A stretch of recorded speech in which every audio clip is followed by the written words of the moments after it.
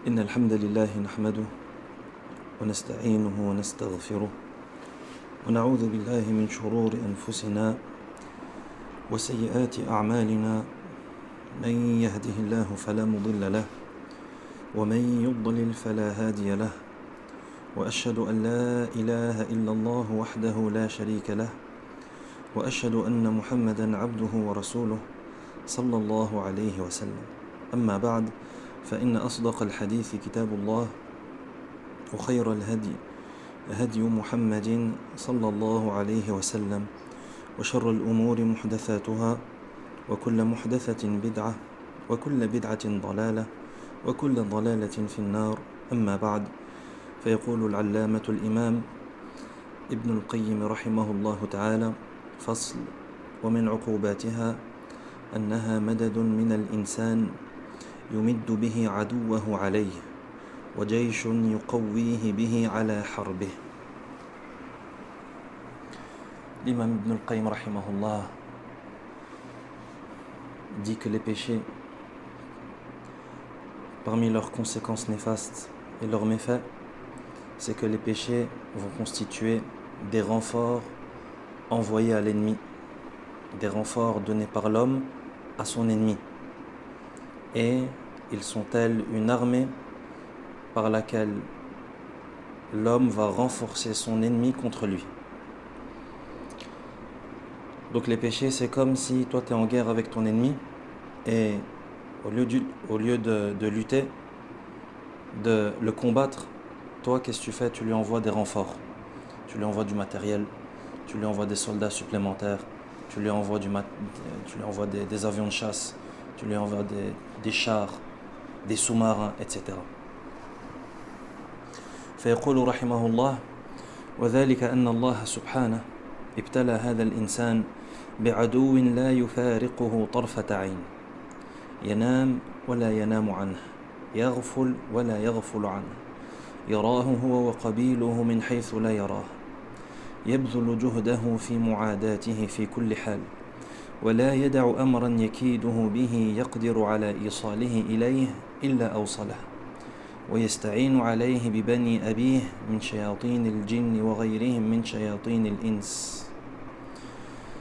قد نصب له الحبائل وبغى له الغوائل، ومد حوله الأشراك، ونصب له الفخاخ والشباك، وقال لأعوانه: دونكم عدوكم وعدو أبيكم لا يفوتنكم، ولا يكن حظه الجنة وحظكم النار، ونصيبهم الرحمة ونصيبكم اللعنة، وقد علمتم أن ما جرى علي وعليكم من الخزي واللعن والإبعاد من رحمة الله فبسببه ومن أجله، فابذلوا جهدكم أن يكونوا شركاءنا في هذه البلية، إذ قد فاتنا شركة صالحيهم في الجنة، وقد أعلمنا سبحانه بذلك كله من عدونا، وأمرنا أن نأخذ له أهبته ونعد له عدته.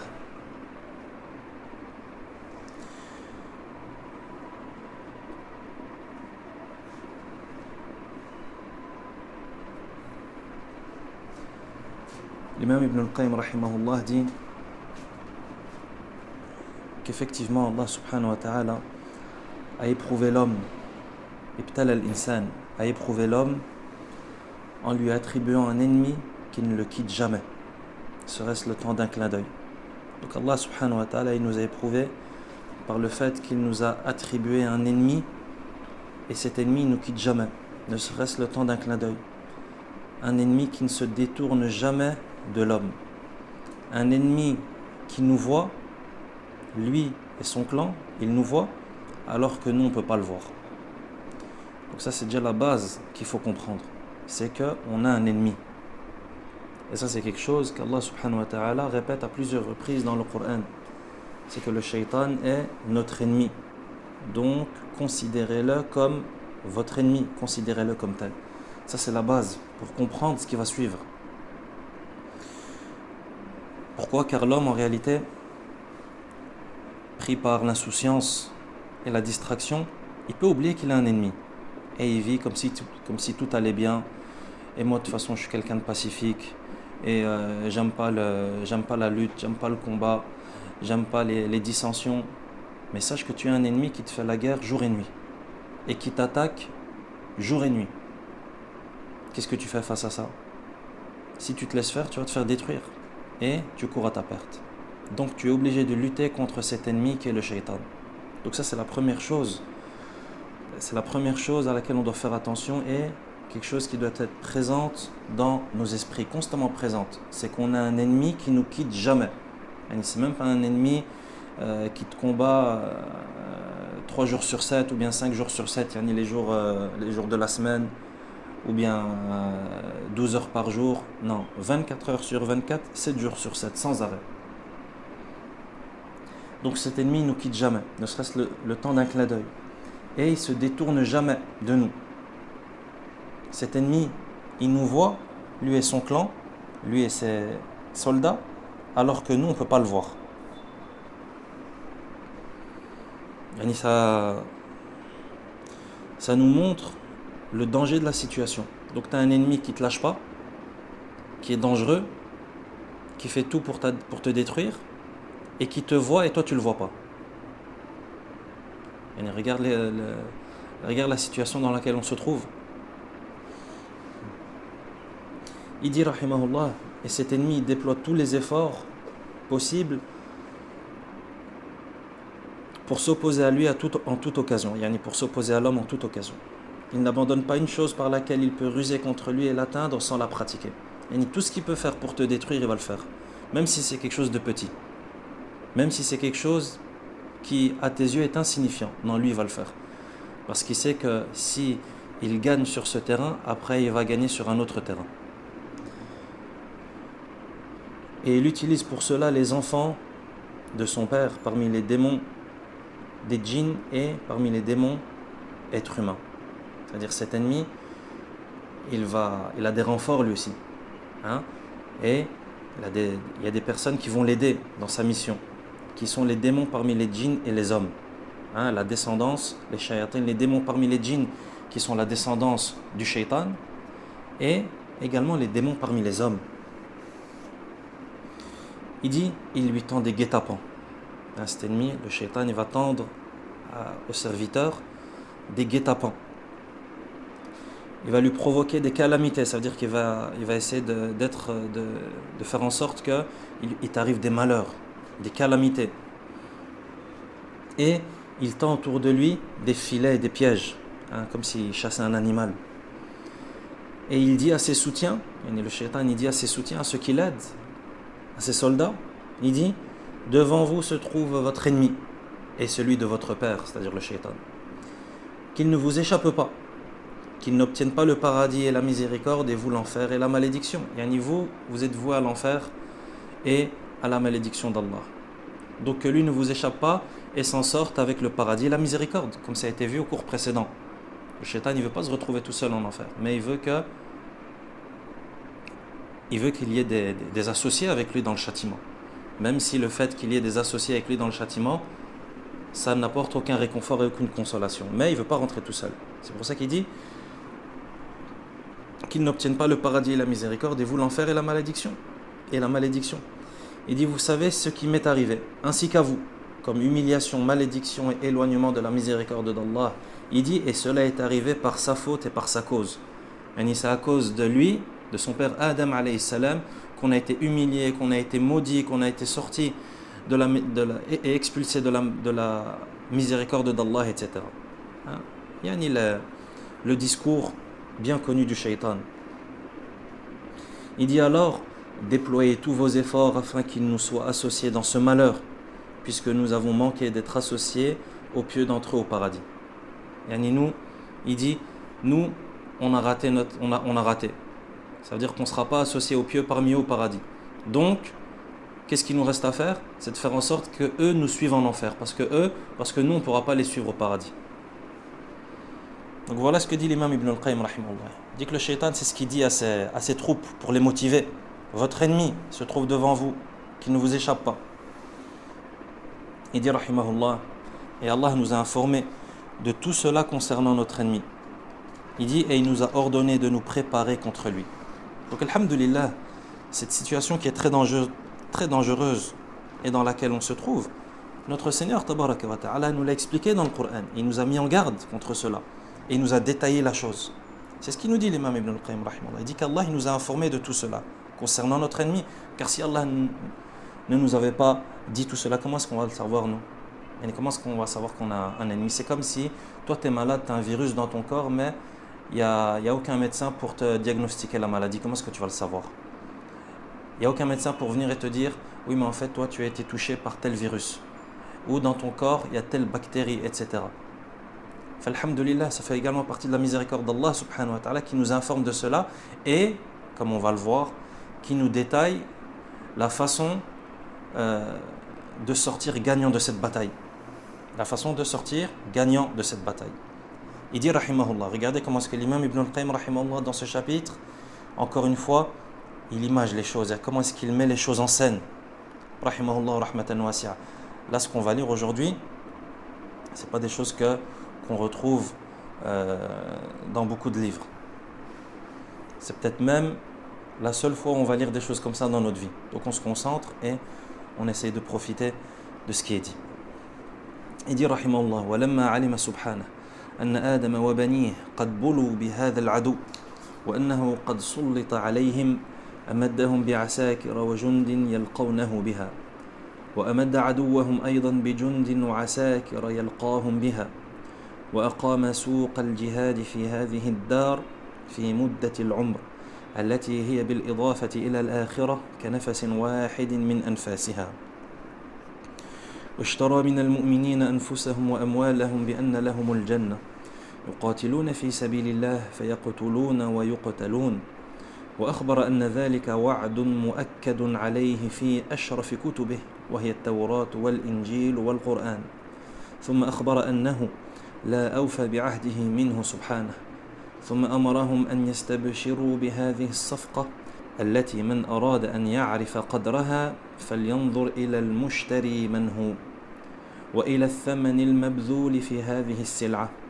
وإلى من جرى على يديه هذا العقد فأي فوز أعظم من هذا وأي تجارة أربح منه ثم أكد سبحانه معهم هذا الأمر بقوله يا أيها الذين آمنوا هل أدلكم على تجارة تنجيكم من عذاب أليم تؤمنون بالله ورسوله وتجاهدون في سبيل الله بأموالكم وأنفسكم ذلكم خير لكم إن كنتم تعلمون يغفر لكم ذنوبكم ويدخلكم جنات تجري من تحتها الأنهار ومساكن طيبة في جنات عدن ذلك الفوز العظيم وأخرى تحبونها نصر من الله وفتح قريب وبشر المؤمنين. Il dit rahimahullah, Allah subhanahu wa ta'ala savait que Adam et sa descendance allaient être éprouvés par cet ennemi, étant donné qu'Allah est omniscient et que c'est Allah qui contrôle et qui dirige tout dans son royaume subhanahu wa ta'ala. Il dit il leur a soumis des troupes et des armées pour l'affronter. Donc maintenant on a compris qu'on se retrouve dans une situation extrêmement délicate et extrêmement dangereuse. Pourquoi? Car on a en face de nous un ennemi qui est acharné et qui ne s'arrête jamais et qui fait tout pour nous détruire. Il dit, Allah subhanahu wa ta'ala, il a soumis pour l'homme des troupes et des armées afin d'affronter cet ennemi. Ça veut dire qu'Allah subhanahu wa ta'ala, il t'a éprouvé par cet ennemi qui est le shaitan, mais il t'a pas laissé sans armes. Ça veut dire que toi aussi, il t'a fourni des armes afin qu'il y ait une lutte à armes égales, afin qu'il y ait une lutte équitable. Il dit, mais il a également attribué à leur ennemi des troupes et des armées pour les affronter. Ça veut dire que l'ennemi, lui aussi, il a ses troupes et ses armées pour te livrer une guerre. Comme on vient de le voir. Par exemple, le fait qu'il te voit et que toi, tu ne le vois pas. Ça, c'est une arme qu'il a. Et que toi, tu ne possèdes pas. Mais, tu verras que tu possèdes des armes plus destructrices et plus efficaces que cela. Il dit, mais il a également attribué à leur ennemi des troupes et des armées pour les affronter. Il dit, et il a établi le champ de bataille dans ce bas monde pour le temps de l'existence qui est en comparaison à l'au-delà tel un seul de ses souffles. Donc, on a la guerre entre le serviteur et le shaitan, la lutte contre le shaitan. Et le champ de bataille, il a été préparé. Donc, que la guerre commence. Il dit, et cette guerre, la guerre qui a lieu sur ce champ de bataille, elle a lieu dans ce bas monde. Ce bas monde qui, en réalité, en comparaison à l'au-delà, c'est comme un souffle de respiration. Et n'y sait rien du tout. Pourquoi est-ce qu'il dit ça? Pour pas que la personne ne désespère et dise comment est-ce que je veux faire moi pour lutter pendant 24 heures sur 24, 7 jours sur 7. Pendant toute ma vie, je vais lutter. Pendant toute ma vie, je vais devoir me défendre. Et non, mais c'est pour ça que tu as été créé.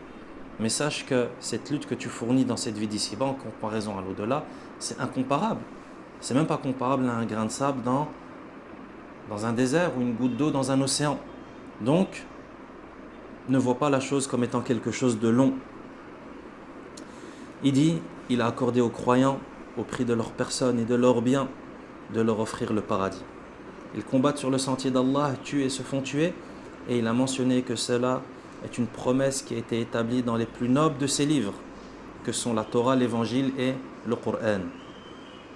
Donc Allah subhanahu wa ta'ala, il nous a également informé que celui qui prend part à cette lutte, Allah subhanahu wa ta'ala va lui fournir et va lui offrir la plus belle des choses qui est le paradis.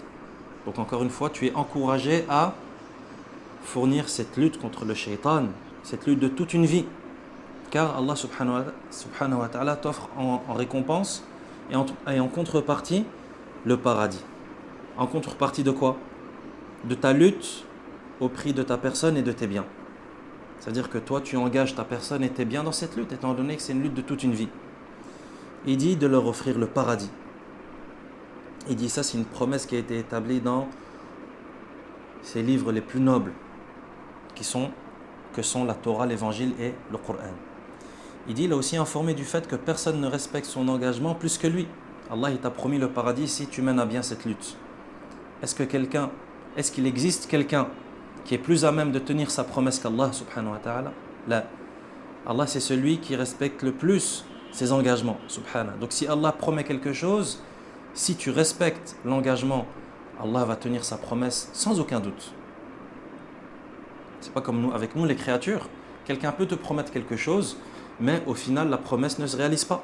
Pourquoi? Parce que peut-être que la personne avait une mauvaise intention et qu'il t'a trompé, ou peut-être qu'il avait une bonne intention et que son intention c'était pas de te tromper, mais il s'est passé quelque chose qui fait qu'il ne peut pas concrétiser sa promesse. Par exemple, il meurt. Comment est-ce qu'il va te donner ce qu'il t'a promis? Il est mort. Est-ce qu'Allah subhanahu wa ta'ala meurt? Azza wa Jal, Allah, c'est le vivant par excellence. Subhanahu wa ta'ala.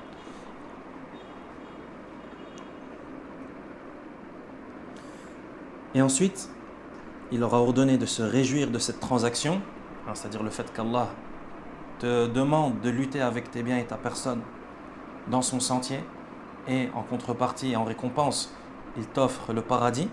Il dit ensuite, il nous ordonne de nous réjouir de cette transaction. Bien entendu, ici, l'imam Ibn al-Qayyim, rahimahullah, quand il parle de tout ça, il fait référence en réalité au verset de Surat At-Tawbah, le verset numéro 111. Il dit, et ensuite, il leur a ordonné de se réjouir de cette transaction dont on peut connaître la valeur en considérant qui est l'acquéreur, quel est le prix payé pour cette marchandise et à qui s'applique ce contrat. Et nous, comment est-ce qu'on peut faire pour accorder à cette transaction sa juste valeur? C'est tout simplement en se disant, mais en vérité, moi, c'est qui me propose? C'est qui m'achète ma vie et mes biens? Parce que là, on me demande de lutter dans le sentier d'Allah contre le shaitan au prix de ma vie et de mes biens. On m'achète cela. À quel prix? Au paradis. C'est qui te l'achète? C'est Allah subhanahu wa ta'ala. Donc rien que lorsque tu prends conscience de cela, que c'est Allah qui t'achète cela, ça te donne une idée de la valeur de cette transaction. Yani la transaction, on va pas dire du siècle, mais la transaction de ta vie. Il dit, et à qui s'applique ce contrat? À qui s'applique ce contrat? Et si vous vous souvenez, ça c'est des choses, c'est une façon de voir les choses que l'imam Ibn al-Qayyim rahimahullah, il nous avait déjà expliqué auparavant dans un chapitre précédent. cette transaction, etc. L'explication du verset 111 de Surat At-Tawbah. Il dit ثم أمرهم أن يستبشروا بهذه الصفقة التي من أراد أن يعرف قدرها فلينظر إلى المشتري من هو وإلى الثمن المبذول في هذه السلعة وإلى من جرى على يديه هذا العقد. Il dit réfléchis aussi à celui qui est garant de ce contrat. Et c'est qui t'a proposé de faire ce contrat?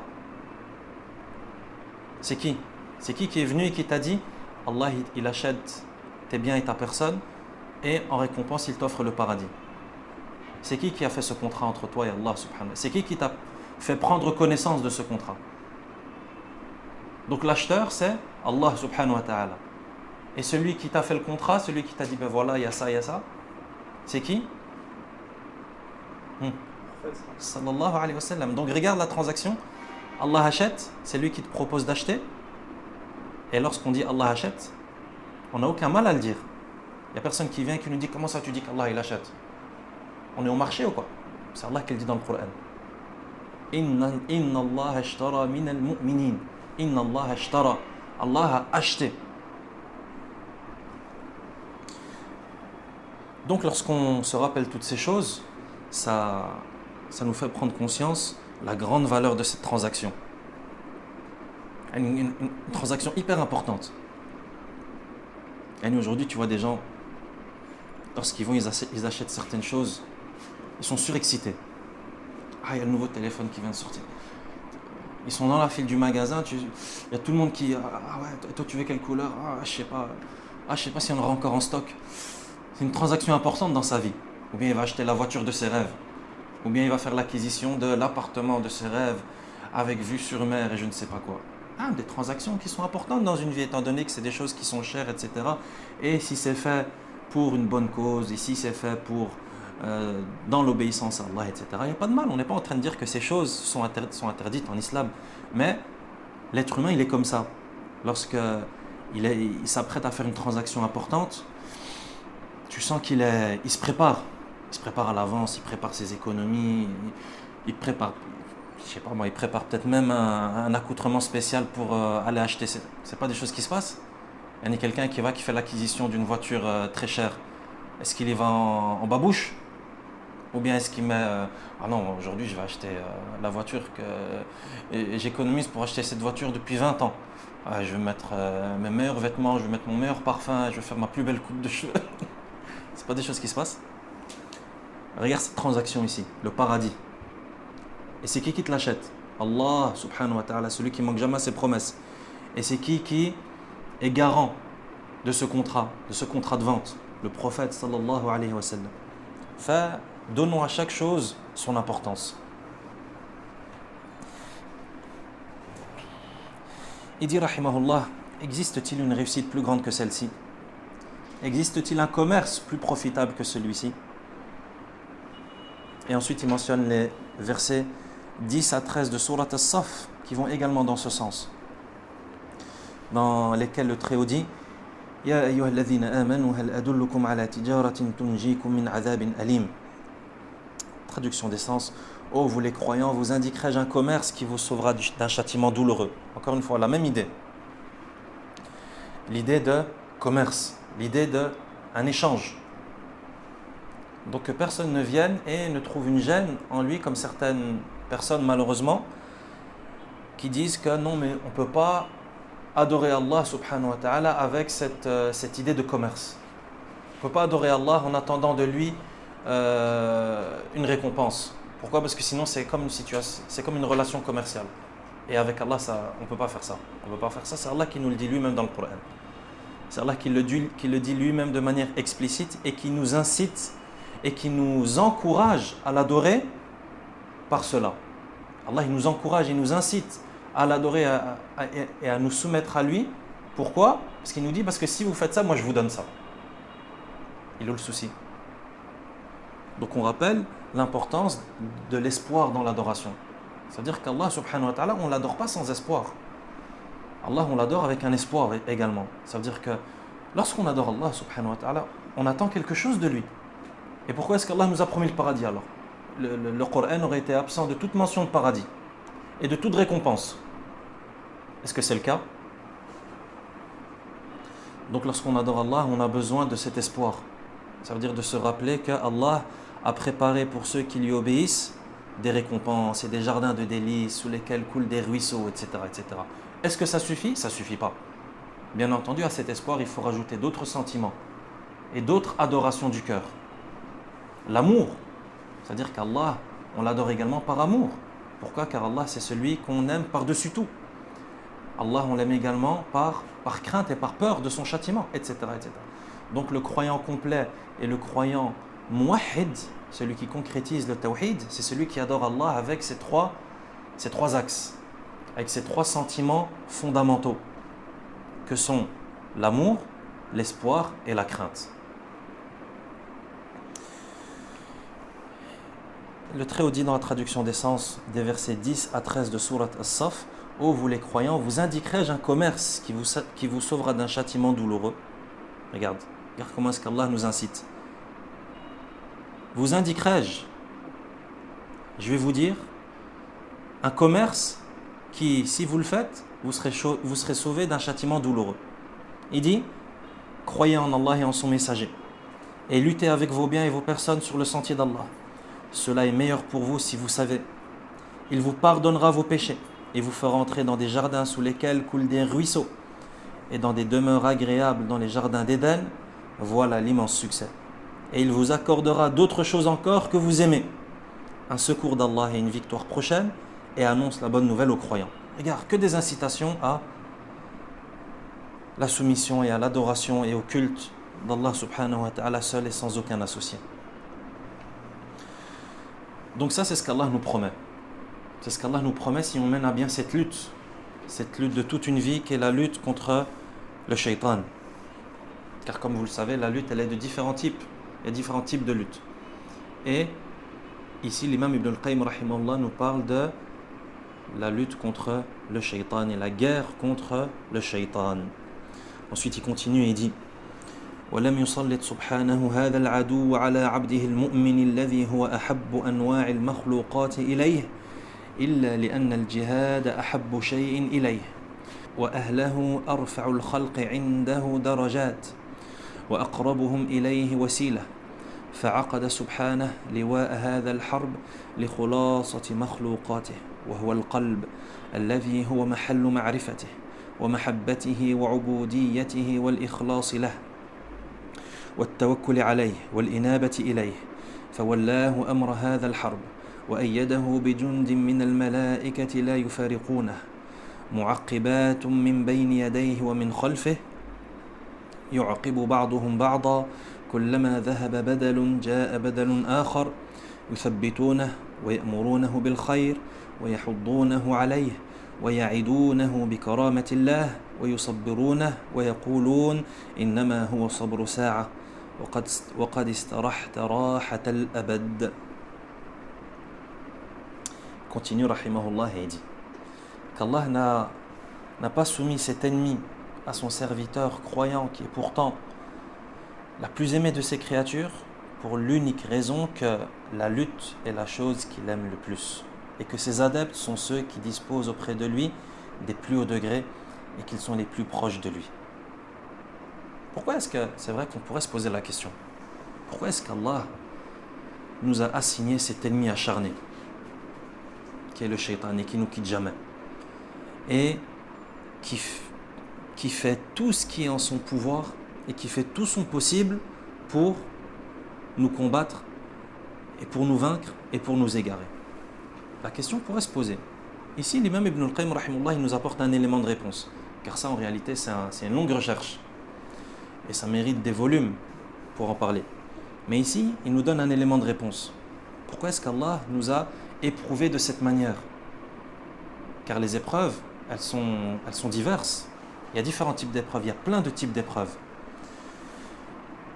L'épreuve par la maladie, l'épreuve par la pauvreté, l'épreuve par la richesse, etc. Mais il y a également l'épreuve par l'ennemi, par la lutte, qui est une très très grande épreuve, étant donné que c'est l'épreuve de toute une vie et personne n'y échappe.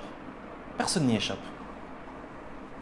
Il dit qu'Allah subhanahu wa ta'ala, en réalité, il a soumis cet ennemi à son serviteur croyant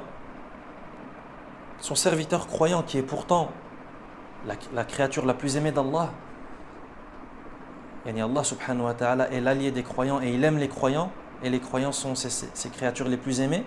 Il dit pour l'unique raison que la lutte en soi, il dit c'est la chose qu'Allah aime le plus.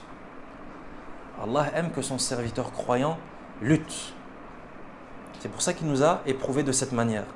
Pour que l'adoration d'Allah subhanahu wa ta'ala se manifeste également à travers cette lutte que le croyant va livrer au shaitan. Il dit, et que ces adeptes, c'est-à-dire les adeptes de cette lutte, ceux qui vont mener à bien cette lutte, sont ceux qui disposent auprès de lui des plus hauts degrés et qu'ils sont les plus proches de lui. Il dit, Allah a établi cette guerre dans ce qui est l'essence et les meilleures parties de ses créatures. Donc ce sont les croyants, c'est-à-dire les meilleures créatures d'Allah qui mènent à bien cette lutte. Mais en plus de ça, cette lutte, elle est liée au membre le plus noble et le plus important chez le serviteur, à savoir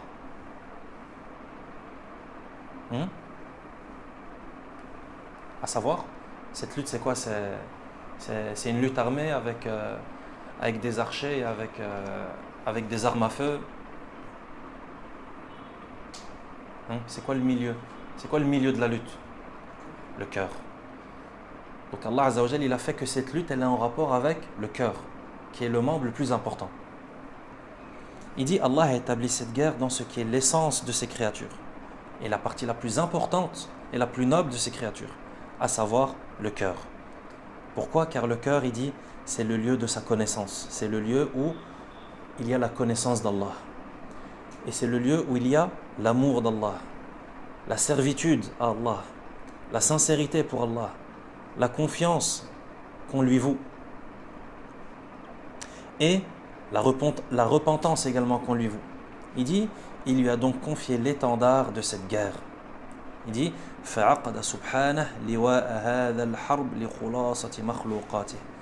Yani Allah, il a donné l'étendard de cette guerre, de ce combat, à qui?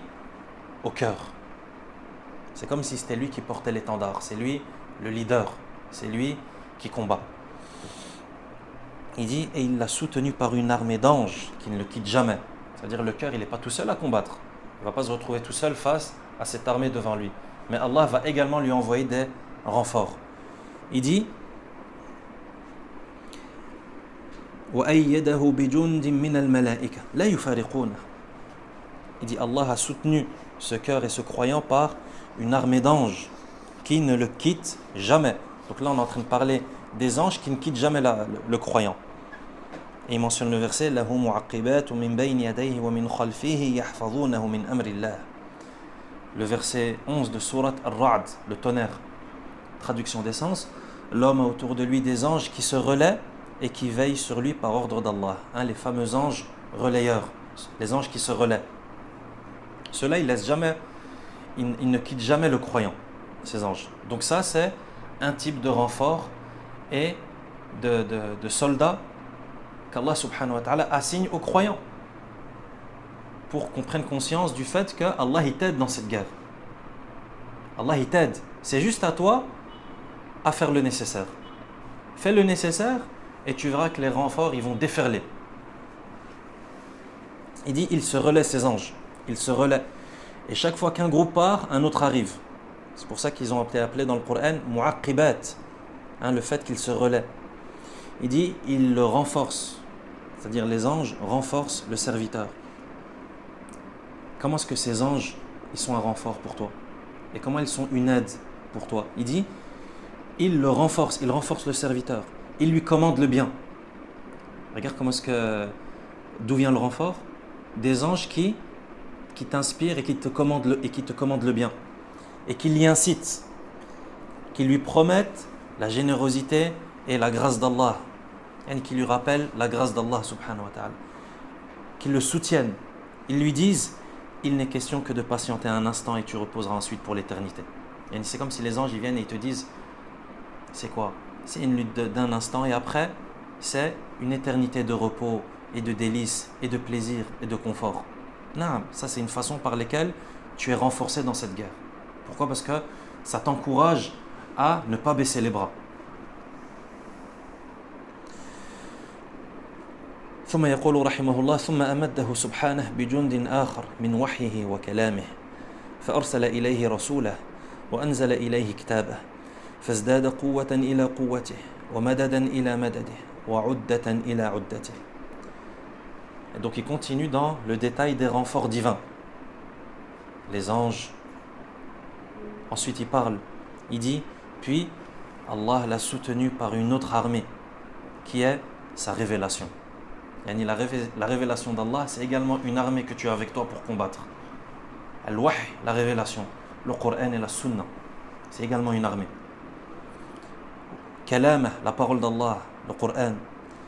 Et il a suscité son messager, sallallahu alayhi wa sallam. Le fait qu'Allah ait envoyé le prophète Muhammad, sallallahu alayhi wa sallam, c'est également un renfort pour toi, un renfort majeur. Il lui a révélé son livre, ajoutant ainsi à sa force ses soutiens et son attirail. Son attirail, c'est-à-dire son équipement. L'attirail, c'est l'équipement de guerre, le matériel de guerre, etc. Il dit وَأَمَدَّهُ مَعَ ذَلِكَ بِالْعَقْلِ. Est-ce que c'est fini? C'est fini les renforts? Alors que là, on est en train de parler des renforts majeurs, les renforts les plus forts qui existent. Les anges, le Coran, la Sunna, tout ça, c'est la base. Il dit وَأَمَدَّهُ مَعَ ذَلِكَ بِالْعَقْلِ وَزِيرًا لَهُ وَمُدَبِّرًا. Il dit en plus de ça, Allah soutient son serviteur à travers al-aql, c'est-à-dire la raison. Et il l'a renforcé par la raison, qui est pour lui tel un wazir, un ministre ou bien un vizir. La raison, c'est comme si toi t'es le président, t'es le roi, et ta raison, c'est quoi? C'est ton vizir, c'est ton ministre. Le ministre de l'intelligence, par exemple. De la même manière qu'un souverain et qu'un dirigeant, il a besoin de ministres pour diriger. Est-ce que vous avez déjà vu quelqu'un qui règne tout seul? C'est impossible. Comment est-ce que tu peux régner tout seul sur un État? Tu as besoin de ministère, tu as besoin de ministres. Ministre de la Défense, ministre de l'Agriculture, ministre des Finances, ministre de l'Éducation, n'est-ce pas? Des gens qui t'aident dans ton règne et dans l'administration de ton État. Ben toi, avec ton corps et avec... dans ta vie de croyant, c'est comme si toi tu étais le maître et Allah il t'a donné des ministres. Il te dit, le aql c'est ton ministre. Wa mudabbir, c'est celui qui va gérer tes affaires. Donc ça aussi c'est un renfort majeur. C'est que tu as une raison qui te permet de réfléchir, qui te permet de distinguer le bien du mal, qui te permet de distinguer lorsque tu es face à deux biens, quel est le meilleur des deux biens, et lorsque tu es face à deux mal, quel est le moindre des deux mots, etc. Lorsque tu es face à deux mots, quel est le moindre des deux mots, MAUX? Il dit وأمده مع ذلك بالعقل وزيرا له ومدبرا وبالمعرفة مشيرة عليه ناصحة له وبالإيمان مثبتا له ومؤيدا وناصرا وباليقين كاشفا له عن حقيقة الأمر حتى كأنه يعاين ما وعد الله به أولياءه وحزبه على جهاد أعدائه فالعقل يدبر أمر جيشه والمعرفة تصنع له أمور الحرب وأسبابها في مواضعها اللائقة بها والإيمان يثبته ويقويه ويصبره واليقين يقدم به ويحمل به الحملات الصادقة.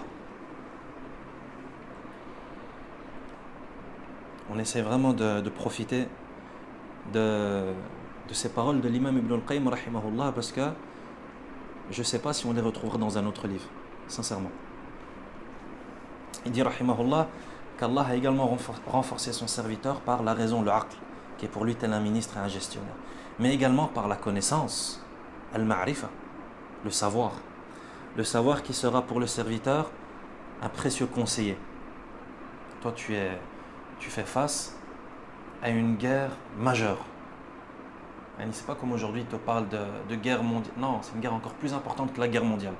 Parce qu'aujourd'hui, il te parle, les guerres sont différentes les unes des autres, ne sont pas tous sur un même échelon, un même pied d'égalité. Il y a des guerres plus importantes que d'autres, il y a des guerres plus dangereuses que d'autres, il y a des guerres avec des enjeux plus importants que d'autres. Une guerre civile, c'est pas comme une guerre mondiale. Une guerre régionale, c'est pas comme une guerre mondiale. Différents types de guerres. Là, on est en train de parler de la guerre. La guerre de toute ta vie. La guerre qui, si tu la perds, tu as tout raté. Et si tu la gagnes, tu as tout gagné. Alors que dans ce bas monde, les guerres qui ont lieu sur la surface de la Terre, comme ils disent, on a perdu la bataille, mais on n'a pas perdu la guerre. Pourquoi? Parce que j'ai peut-être perdu cette bataille, mais après, c'est pas grave, on va se retrouver, il y aura une autre bataille, etc. Et cette guerre-là que tu dois livrer au shaitan, tu ne peux pas la perdre. Parce que si tu la perds, il n'y a pas de deuxième chance, pas une deuxième opportunité. Certes, il y a des batailles, mais la guerre en soi, tu ne peux pas la perdre. Il dit, tu as également la connaissance qui sera ton conseiller. Allez, toi, tu es dans une guerre, tu as besoin de quelqu'un qui te conseille. Et tu n'auras pas toujours quelqu'un à tes côtés pour demander des conseils. Donc, c'est qui ton premier conseiller? C'est Al-Ma'rifa. Comme nous dit l'imam Ibn al-Qayyim, rahimahullah. Al-Ma'rifa, c'est-à-dire tes connaissances. D'où l'importance d'apprendre et de s'instruire. Car si on n'a pas cette connaissance, d'où est-ce qu'on va tirer nos conseils dans cette guerre qui est capitale et qui est fondamentale et qui est nécessaire et qui est essentielle dans notre vie? D'où est-ce qu'on va prendre nos connaissances? Et est-ce que vous connaissez des États et des nations qui font la guerre aujourd'hui sans aucune connaissance? Ça veut dire des États qui entrent en divergence et qui se disputent, et il y a des conflits, et allez hop, on rentre en guerre. Où sont les connaissances militaires? Où sont les connaissances stratégiques? Où sont les connaissances en armement? Est-ce que ça existe, ça? Non. Au contraire, les États n'entrent pas dans une guerre tant que le plan, il est terminé, il est ficelé. On sait tout ce qu'on va faire. Il y a le plan A, il y a le plan B, et si ça ne fonctionne pas, il y a le plan C, et on va rentrer par là, et si ça ne fonctionne pas, on va rentrer par là, et tel armement, il nous permet d'atteindre telle zone, et tel matériel de protection nous permet de nous protéger jusqu'à tel niveau. Donc ça veut dire si après ça dépasse, on va devoir passer à un plan B, etc. Les connaissances. Il y a des connaissances dans les guerres aussi. Les savoirs et les connaissances liées, le savoir militaire. Mais ici c'est la même chose, tu as aussi besoin d'un savoir militaire. Tu n'as pas besoin de savoir le missile il tire jusqu'à où, et là tu as besoin de savoir comment est-ce que tu vas faire pour te prémunir contre cet ennemi qui est le shaitan et ses auxiliaires, et comment est-ce que tu vas faire pour gagner cette guerre et pour en sortir indemne. Comment est-ce qu'on va faire? On a besoin d'apprendre. Où est-ce qu'on va trouver cette connaissance? Dans les manuels, dans les académies militaires? Et on s'inscrit à l'académie militaire. Là, où est-ce qu'on trouve cette science, cette connaissance? Dans le Coran et dans la Sunna. Et nulle part ailleurs. Dans la parole d'Allah subhanahu wa ta'ala et dans la parole de son prophète sallallahu alayhi wa sallam. D'où l'importance d'apprendre sa religion qui est la chose la plus importante. On le répète et on ne cessera de le répéter, incha'Allah tabaraka wa ta'ala, car c'est un des meilleurs conseils qu'on puisse se prodiguer. Apprendre sa religion. Yani iyaka thumma iyak, de délaisser l'apprentissage de la religion. Et chacun à son échelle et chacun selon ses capacités. Mais ne te coupe pas de l'apprentissage de la religion. Car l'apprentissage, c'est le premier pas vers quoi?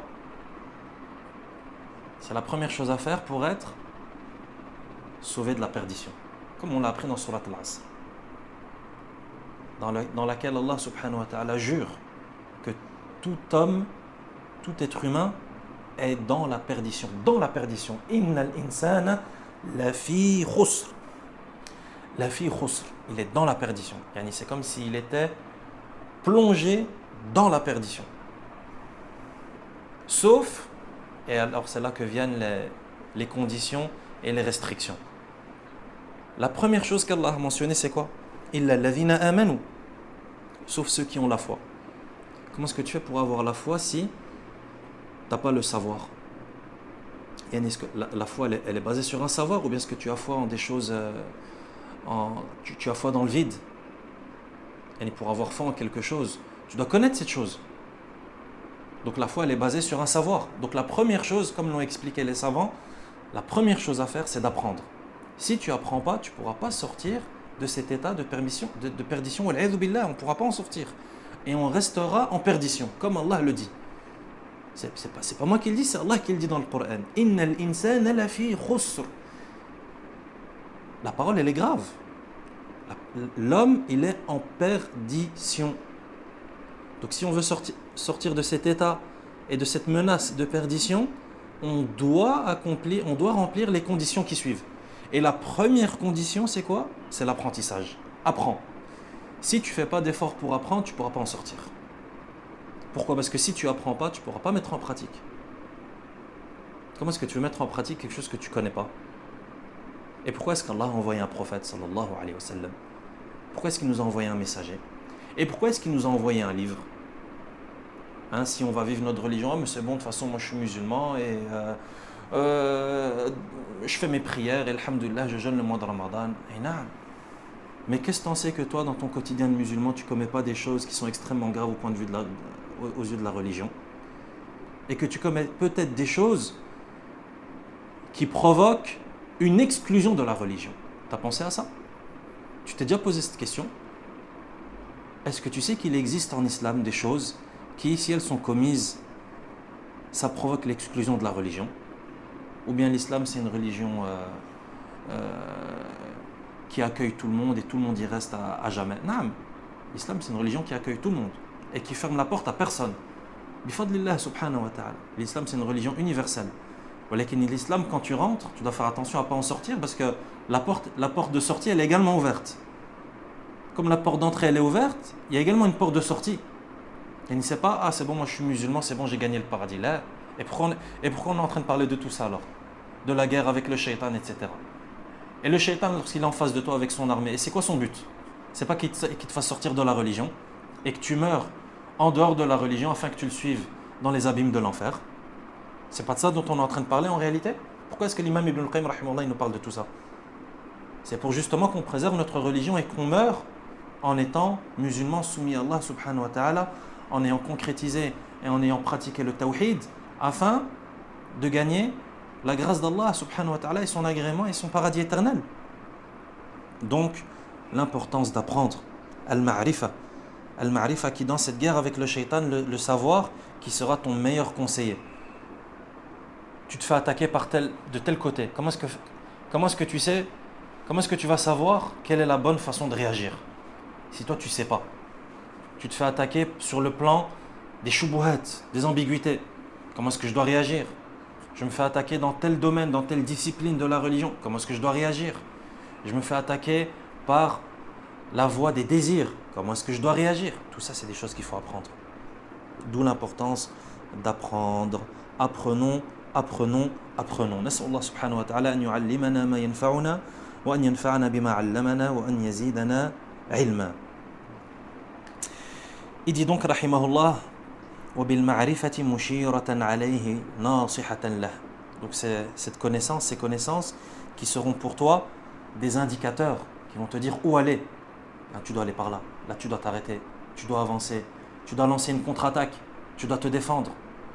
Nasihatan lah, ces connaissances qui seront pour toi un conseiller.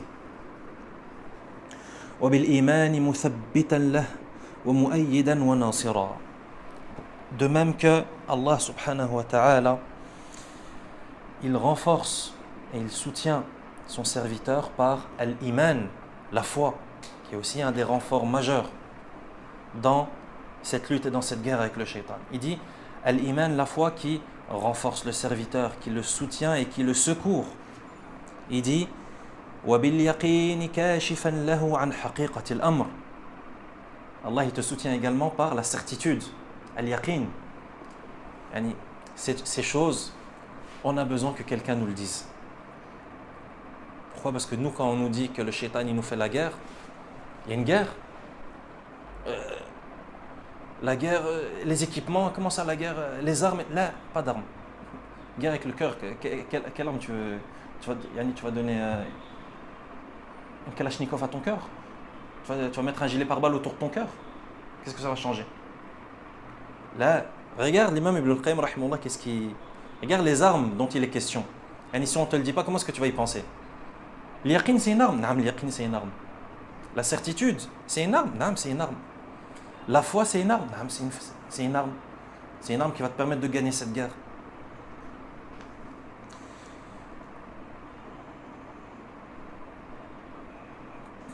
Lorsqu'on parle des armes à feu, etc., que certaines personnes ne s'imaginent pas des bains de sang, etc., parce que malheureusement, il y a beaucoup de gens qui sont, je sais pas pourquoi, mais assoiffés de sang. Donc dès qu'il entend un nom d'arme, il y a des images qui lui viennent en tête. Là, pas question de ça ici. Ici, il est question de livrer une guerre au shaitan. Il dit حتى كأنه يعاين ما وعد الله به أولياءه وحزبه على جهاد أعدائه. Il dit avec tous ces renforts avec lesquels Allah renforce son serviteur, il dit son serviteur, il agit comme s'il voyait ce qu'Allah a promis à ses alliés et son parti pour avoir lutté contre ses ennemis. Il dit فالعقل يدبر أمر جيشه. Donc ta raison, elle administre ton armée. والمعرفة تصنع له أمور الحرب وأسبابها في مواضعها اللائقة بها. Il dit de la même manière que la connaissance met en place les techniques militaires qui conviennent et qui sont opportunes. والإيمان يثبته ويقويه ويصبره. La foi, elle l'affermit, le renforce et le fait patienter. C'est grâce à la foi que la personne va patienter. Pourquoi? Parce que tu as besoin de patience pour mener à bien cette guerre et pour endurer. Tu as besoin de patience, c'est une guerre de toute une vie. وَالْيَقِينُ يُقْدِمُ بِهِ وَيَحْمِلُ بِهِ الْحَمَلَاتِ الصَّادِقَةِ. Il dit, et c'est avec al-yaqin, la certitude, que tu vas avancer. C'est-à-dire que tu vas être courageux dans cette guerre. Parce qu'une guerre, ça a besoin de courage. Tu as une armée en face de toi, tu as besoin de courage. C'est quoi qui va te donner ce courage? Il dit, c'est la certitude. C'est quoi la certitude? C'est le contraire du doute. Donc il ne faut pas de doute. Pas de doute dans la foi avec Allah subhanahu wa ta'ala. Pas de doute dans al-iman billah wa malaikati, etc. La certitude, c'est ça qui va faire de toi quelqu'un de courageux et qui va prendre de l'avant dans cette guerre et lui faire voir les choses telles qu'elles sont réellement. Ensuite, il continue, il dit rahimahullah, ثم أمد سبحانه القائم بهذا الحرب بالقوى الظاهرة والباطنة فجعل العين طليعته والأذن صاحب خبره واللسان ترجمانه واليدين والرجلين أعوانه وأقام ملائكته وحملة عرشه يستغفرون له ويسألون له أن يقيه السيئات ويدخله الجنات. L'imam Ibn al-Qayyim, rahimahullah, il ne va pas s'arrêter là. Il continue. Et il dit, et ensuite Allah, il soutient son serviteur à travers des forces apparentes et cachées. Il dit, et c'est de cette manière qu'il fait de l'œil son avant-garde. Toi, tu es dans une guerre, tu as besoin d'une avant-garde. Sahih. L'avant-garde qui est la partie de l'armée qui est spécialisée dans... C'est quoi l'avant-garde d'une armée?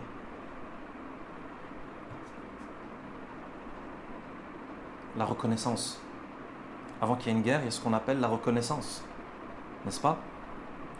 Et généralement, les militaires et les soldats qui sont engagés dans cette mission, c'est les soldats les plus expérimentés et avec les meilleures compétences, etc. Des unités d'élite. Pourquoi? Parce qu'ils s'aventurent dans des endroits où personne ne s'est aventuré. Et c'est que lorsque eux vont donner leur feu vert que l'armée peut venir. L'avant-garde, les reconnaisseurs, ceux qui viennent et qui viennent en reconnaissance. Les éclaireurs qui disent c'est bon, là on peut avancer, le terrain est sécurisé. Après, on peut avancer dans tel terrain et dans telle région parce qu'on est venu on est venu en reconnaissance et c'est bon. L'armée peut avancer, etc. Pour que l'armée, elle avance en sécurité. C'est pas ça qui se passe dans les guerres? Lorsque les deux armées s'approchent, bien entendu, c'est des choses qui arrivent plus trop aujourd'hui. Pourquoi? Parce que généralement, aujourd'hui, les guerres, ça commence par des guerres à distance. Mais dans les guerres traditionnelles, c'est comme ça. Et même aujourd'hui, c'est aussi comme ça que ça se passe, mais de manière différente. Mais dans la guerre traditionnelle, c'est comme ça. D'abord, il y a la mission de reconnaissance. Où est-ce qu'on s'engage? Comment est-ce qu'est le champ de bataille? Est-ce que c'est boueux? Est-ce que c'est solide? Est-ce qu'il y a un fleuve? Est-ce qu'il y a un puits pour se ravitailler en eau, etc., etc. Travail de reconnaissance. T'es là avec le shaitan, c'est quoi ton travail de reconnaissance? C'est quoi qui va faire office d'avant-garde dans ton armée? Hein, toi, le président et le roi. T'es un président, t'es un roi, non?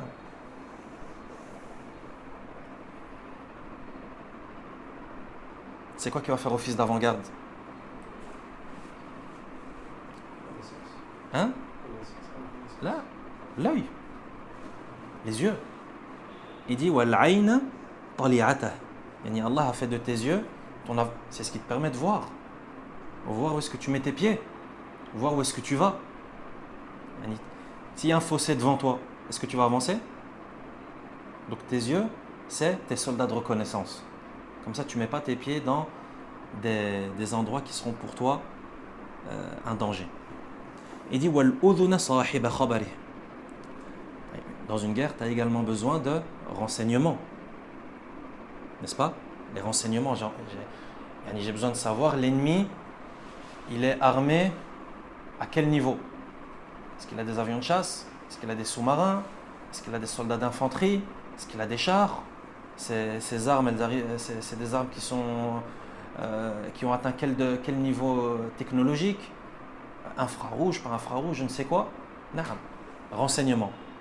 Allah il t'a donné ça aussi, les renseignements.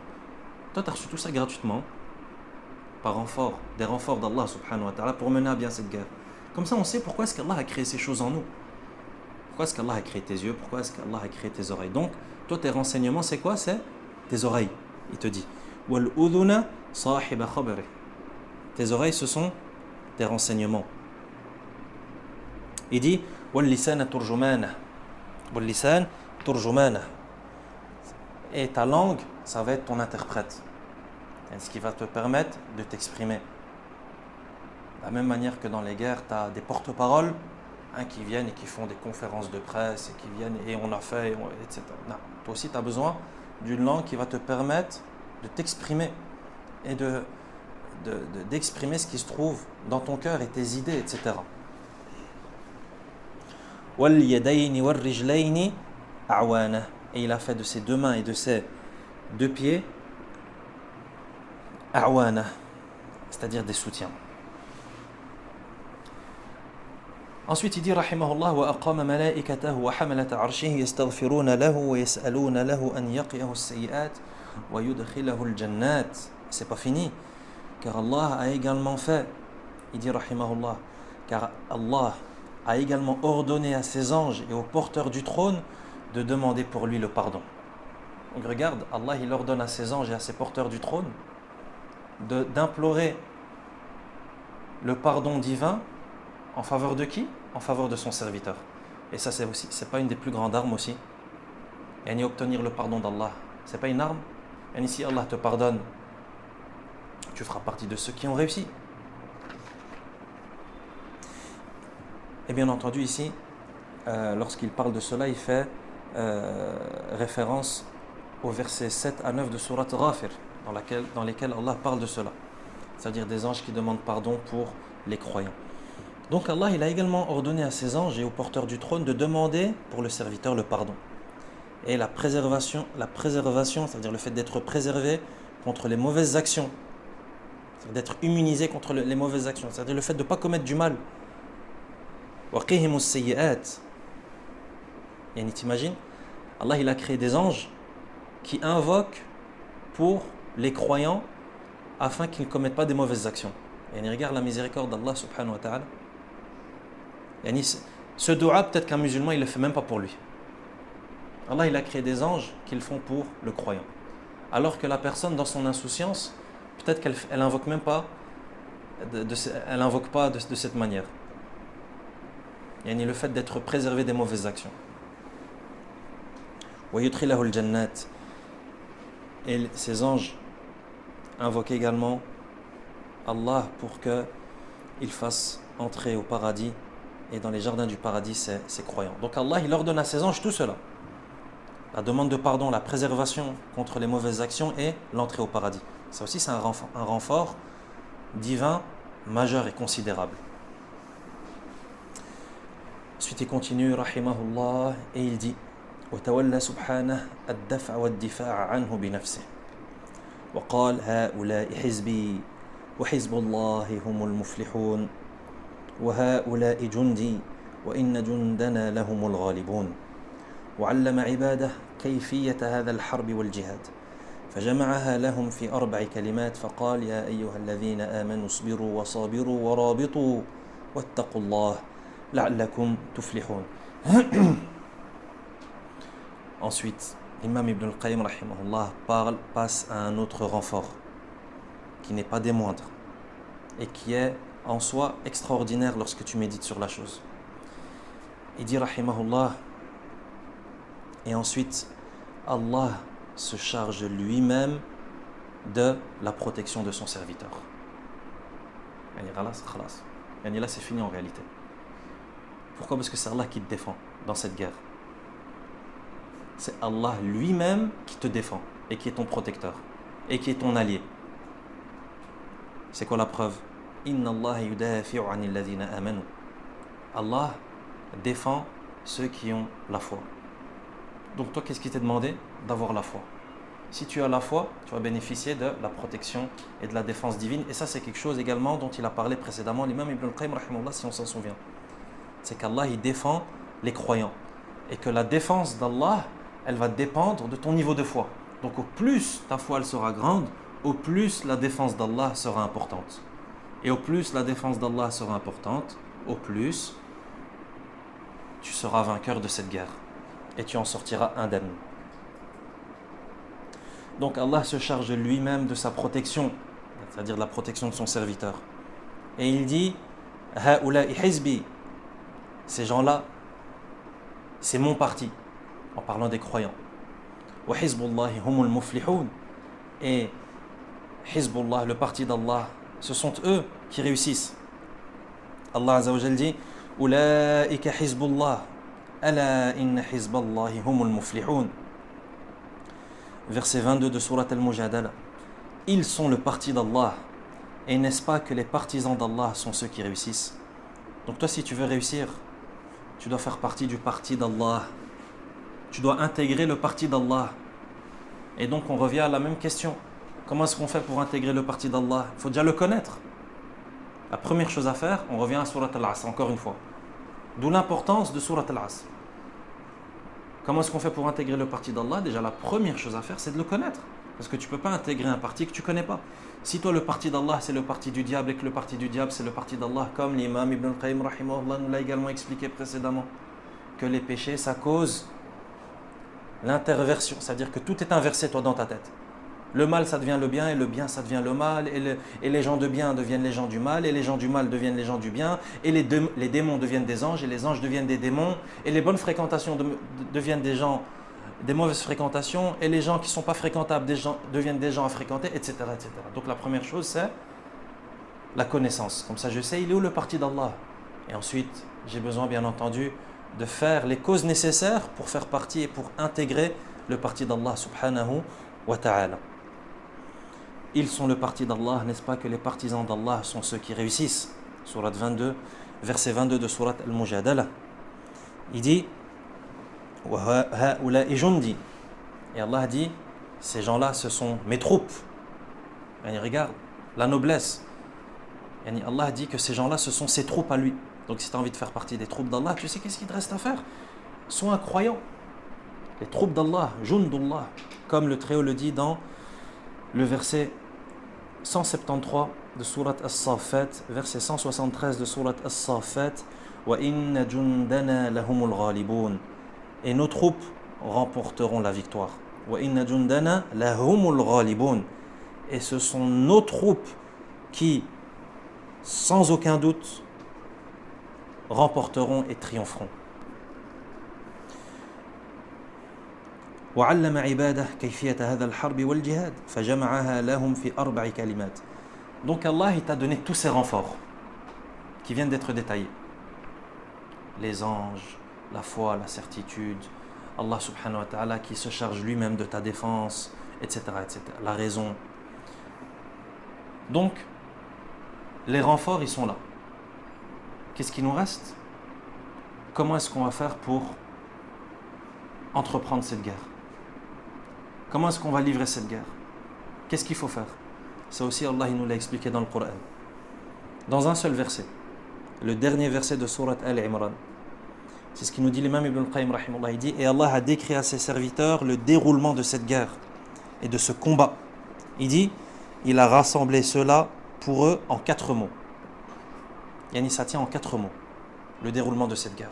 La façon dont tu dois livrer cette guerre. 4 mots dans un seul verset. Le dernier verset de sourate Al-Imran dans lequel le Très-Haut dit Ya ayyuhalladhina amanu sbiru wa sabiru wa rabitu wattaqullah la'allakum tuflihun. Traduction d'essence, donc le verset 200 de sourate Al-Imran. Ô vous les croyants, patientez, montrez-vous plus endurants que l'ennemi, persévérez et craignez Allah, afin que vous réussissiez. L'imam Ibn al-Qayyim rahimahullah va nous expliquer cela.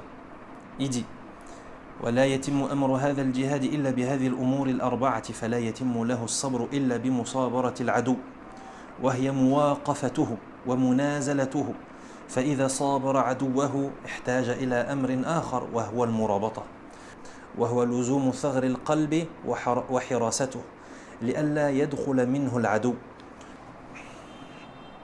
ولزوم ثغر العين والأذن واللسان والبطن واليد والرجل فهذه الثغور منها يدخل العدو فيجوس خلال الديار ويفسد ما قدر عليه فالمرابطة لزوم هذه الثغور ولا يخلي مكانها فيصادف العدو الثغر خالية فيدخل منه.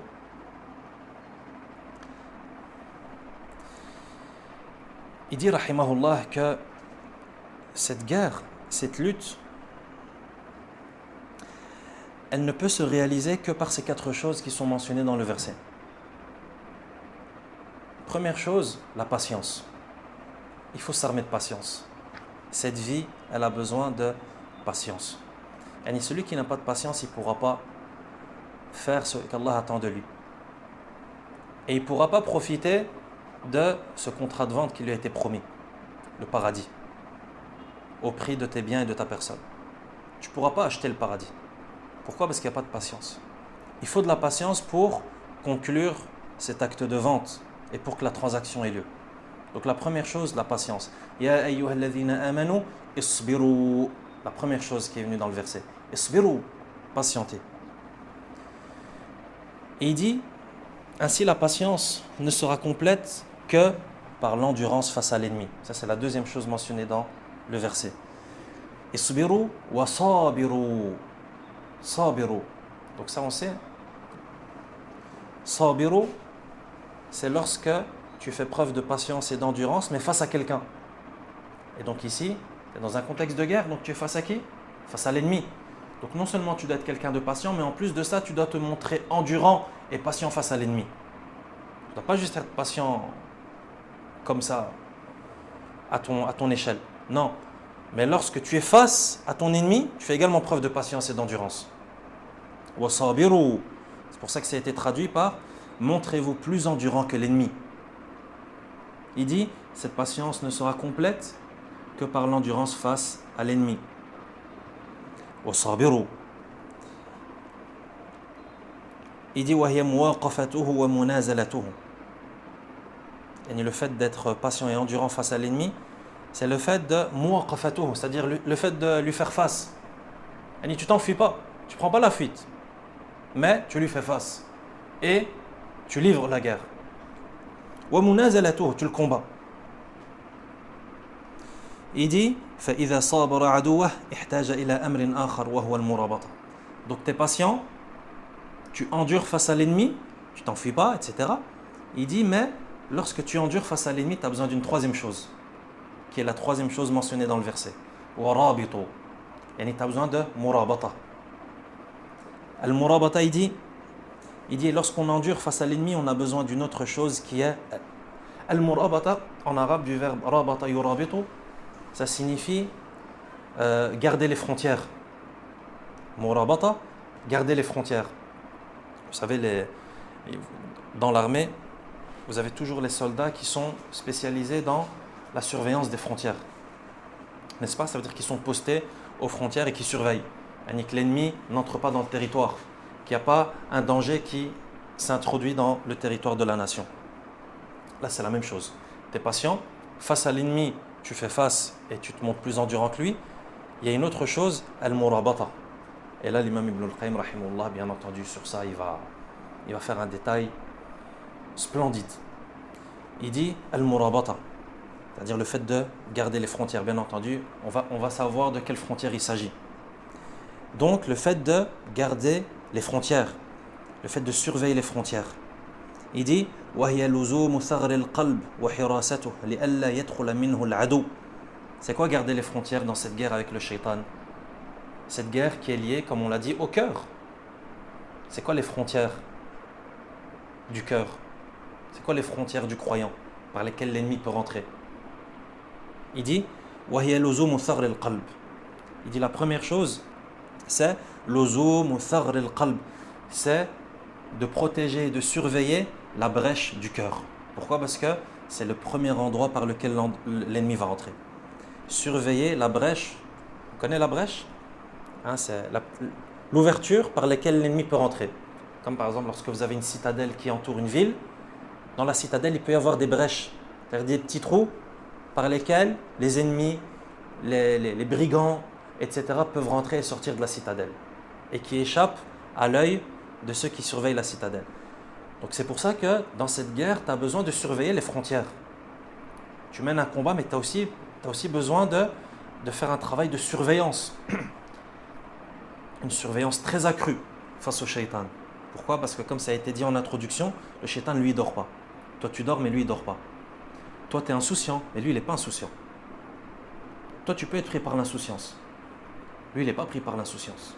Ça veut dire que c'est pas un jour, il se dit « Ah, aujourd'hui, j'ai oublié que je devais égarer Foulan. J'ai oublié que j'étais dans... » Non. Lui, chaque jour, sa mission, il l'a remplie. Il dit وَهِيَ لُزُومُ ثَغْرِ الْقَلْبِ. Ça, c'est la première chose à faire.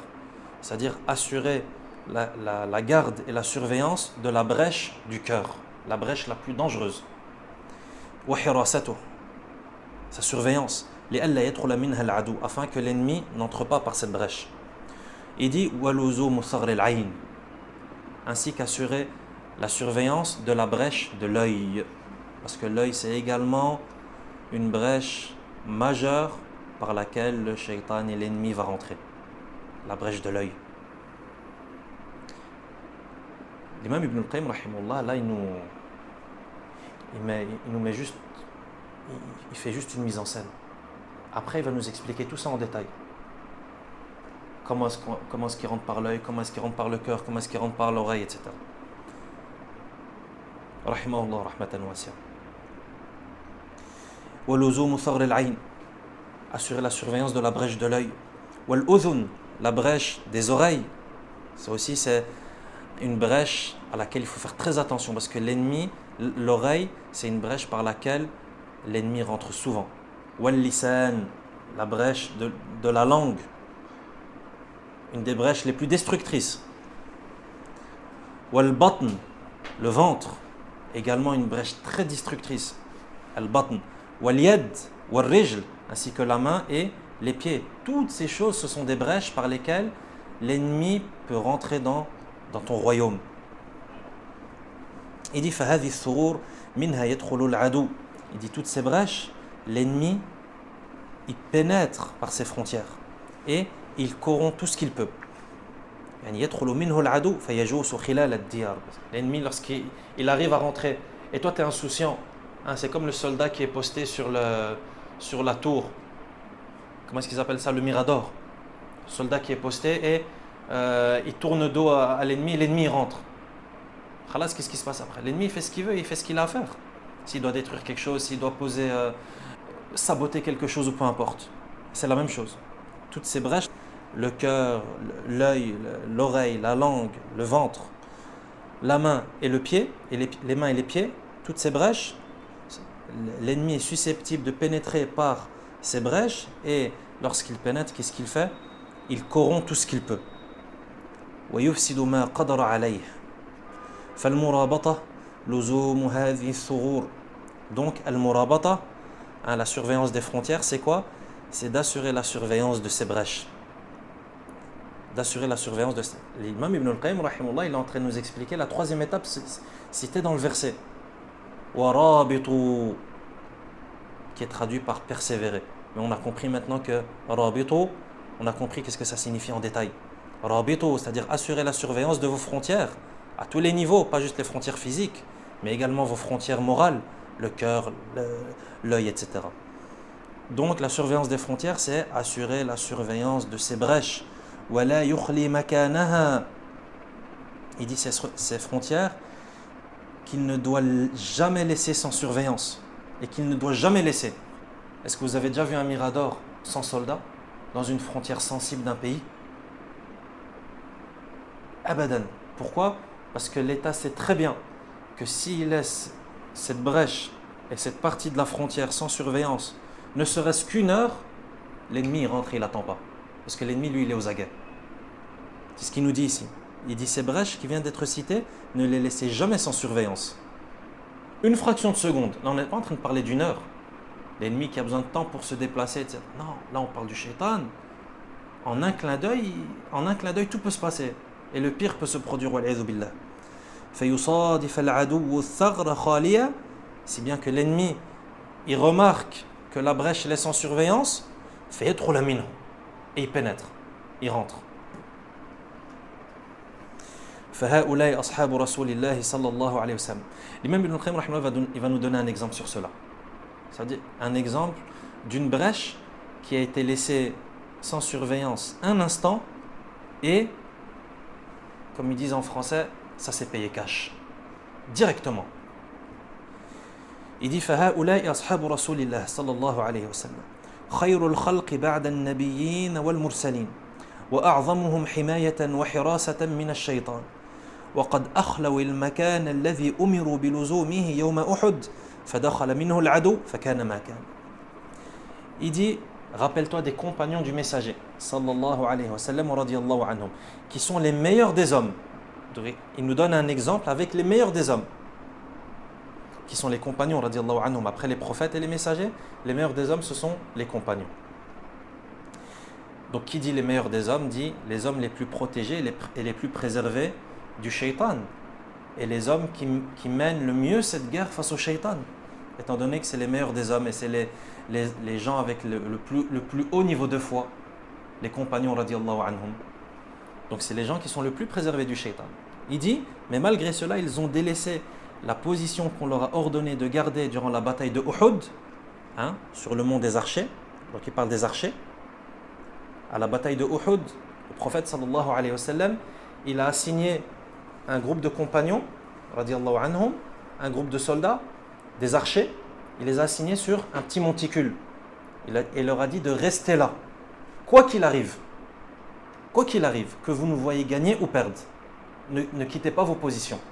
Pourquoi? Car ils assuraient la surveillance des arrières, la surveillance arrière de l'armée des musulmans. Et bien entendu, vous connaissez la suite de l'histoire. Les musulmans avaient le dessus, donc les compagnons ont cru que c'est bon, c'est fini, etc. Donc ils sont descendus, mais le prophète sallallahu alayhi wa sallam leur a ordonné de ne pas descendre, même s'ils les voient gagner. Donc il y a eu désobéissance à l'ordre du prophète sallallahu alayhi wa sallam. Et donc la brèche s'est ouverte. La brèche est restée sans surveillance. C'est ça qui nous dit l'imam Ibn al-Qayyim rahimahullah. Ils ont délaissé la position qu'on leur a ordonné de garder lors de la bataille de Uhud, et c'est ainsi que l'ennemi s'est introduit et est arrivé ce qui est arrivé. Comme vous le savez, ça s'est terminé par des choses qui auraient pu être effroyables pour la communauté, étant donné que le prophète sallallahu alayhi wa sallam allait se faire tuer à cause de ça. Il allait se faire tuer. Pourquoi? Car, comme vous le savez, l'armée des polythéistes, lorsqu'ils ont vu cela, regarde, pourquoi est-ce qu'il nous donne cet exemple? L'imam Ibn al-Qayyim, c'est un exemple qui nous montre la vitesse avec laquelle l'ennemi il saisit les opportunités. Les archers sont descendus et ont quitté leur position. L'ennemi a vu cela. Automatiquement, il a fait le tour de la montagne et ils sont venus par derrière. Et ils ont attaqué les musulmans par derrière. Et le prophète sallallahu alayhi wa sallam allait se faire tuer à cause de ça. À tel point que le bruit a couru durant la bataille que le prophète sallallahu alayhi wa sallam est mort. Et imagine le début de l'islam, bataille de Uhud. On est au début de l'islam, on est au début de la période médinoise. Imagine ce que ça peut faire dans le cœur des compagnons, ça. T'es là, ils sont là en train de combattre. Et puis ils entendent que le prophète sallallahu alayhi wa sallam est mort. Et imagine psychologiquement le coup que se prennent les musulmans à ce moment-là. Enfin, c'était une situation incroyable. Et c'était une situation extrêmement dangereuse. Pourquoi? Parce que la brèche, elle s'est ouverte un instant. L'ennemi, il n'a pas attendu lui. Et pourquoi est-ce qu'il nous donne cet exemple? Parce que ça, c'est arrivé au meilleur des hommes. Radiallahu anhum. Les compagnons, radiallahu anhum. Mais regarde comment est-ce que une erreur d'inattention, ou plutôt une non-surveillance de la brèche, regarde qu'est-ce que ça cause. Ça aurait pu provoquer la mort du prophète sallallahu alayhi wa sallam. Donc que dire de nous alors? Nous qui à côté des compagnons radiallahu anhum, on leur arrive même pas à la cheville. Car même les compagnons, ces archers qui sont descendus, ce sont des martyrs, shuhada. Et d'ailleurs ils sont enterrés. Et d'ailleurs ça fait partie des actes surérogatoires à faire, c'est que tu vas et que tu invoques pour eux. Que tu invoques pour eux et que tu demandes pour eux l'agrément d'Allah subhanahu wa ta'ala et le pardon, etc. Et nous, ces gens-là ne leur arrivent pas à la cheville. Pourquoi? Parce que c'est grâce à eux que tu es aujourd'hui musulman. Imagine, tu es musulman grâce à qui aujourd'hui? Grâce à Allah subhanahu wa ta'ala avant toute chose. Mais Allah décide qu'il y a des causes. Et il crée des causes dans son univers.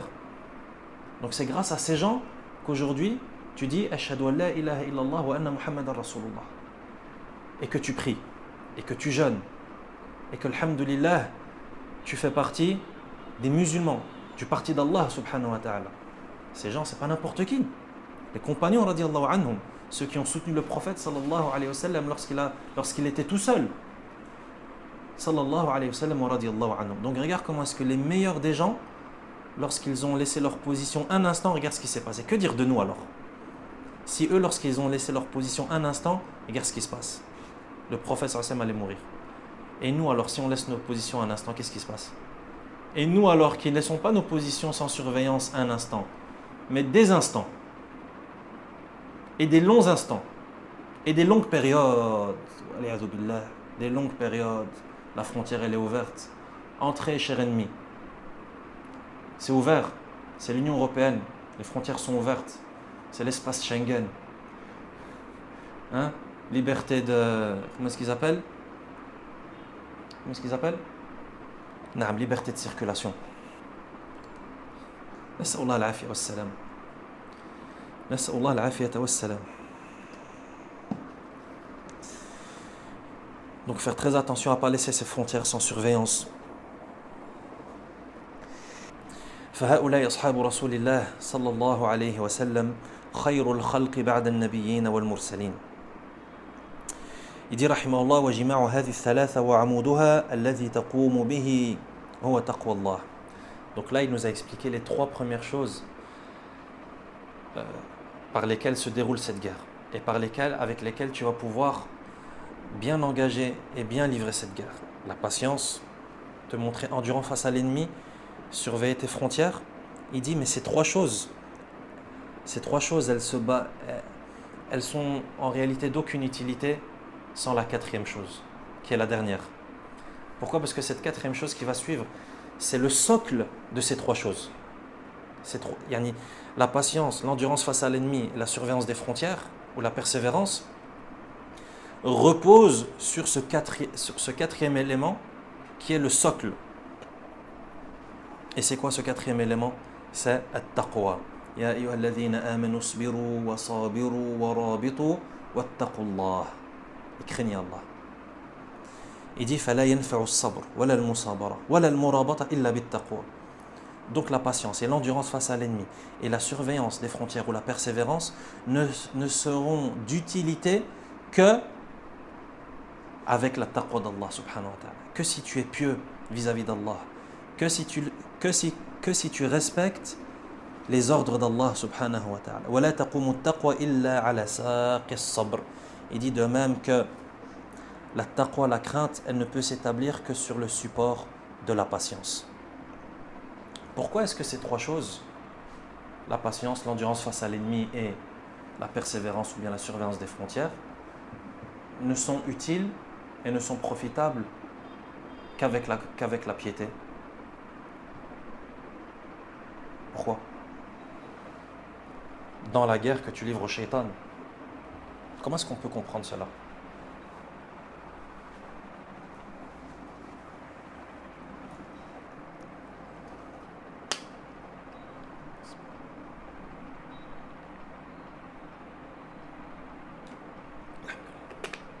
Quelqu'un a une idée?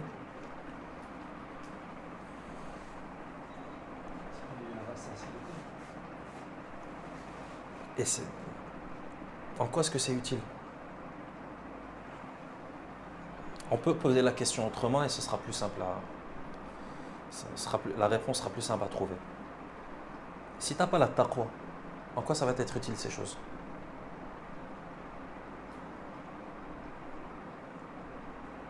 À quoi ça va t'être utile? Et toi, si tu n'es pas pieux, mais tu patientes face à l'ennemi. Par exemple, les kuffars, les mécréants. Une armée, mais qui n'est pas musulmane. Elle est patiente, elle est endurante face à l'ennemi, elle surveille bien ses frontières. Est-ce que ça lui est utile? Est-ce que ça lui est profitable? Non. Pourquoi? Parce qu'il n'y a pas de taqwa, pas de crainte vis-à-vis d'Allah subhanahu wa ta'ala. Or, le croyant, lorsqu'il ajoute à ces choses la crainte d'Allah subhanahu wa ta'ala, ça lui est utile et profitable. Il continue rahimahullah et il dit فانظر الآن فيك إلى التقاء الجيشين واصطفاف العسكرين وكيف تدال مرة ويدال عليك أخرى. L'imam Ibn al-Qayyim rahimahullah, il a fini la mise en scène. Il a posé le paysage, t'as expliqué toi, ton armée, à quoi elle consiste, l'armée du shaitan en quoi elle consiste, le champ de bataille, comment ça se passe, la guerre, comment elle se livre. Maintenant, il te dit quoi? Il te dit Al-an unzur fik. Maintenant, regarde en toi. Observe-toi. Il dit observe maintenant en toi la rencontre des deux armées. Tout ce qu'il vient de t'expliquer, il dit maintenant regarde ça en toi, comment ça se passe. Tu as les deux armées, tu sais comment la guerre se déroule, tu connais le champ de bataille, tu connais les renforts, tu connais tes alliés, tu connais tes ennemis. Maintenant, regarde comment ça se passe chez toi. فانظر الآن فيك إلى التقاء الجيشين واصطفاف العسكرين. Regarde en toi la rencontre des deux armées et l'alignement des deux troupes, les deux armées qui se font face.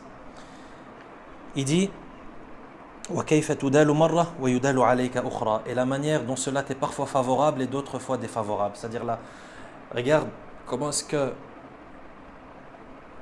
tantôt c'est toi qui gagne et tantôt c'est lui qui gagne. Il y a des défaites. Tantôt tu gagnes, victoire pour toi, mais tantôt défaite, tu as perdu. Et regarde ça en toi. Et quand est-ce que tu gagnes et quand est-ce que tu perds?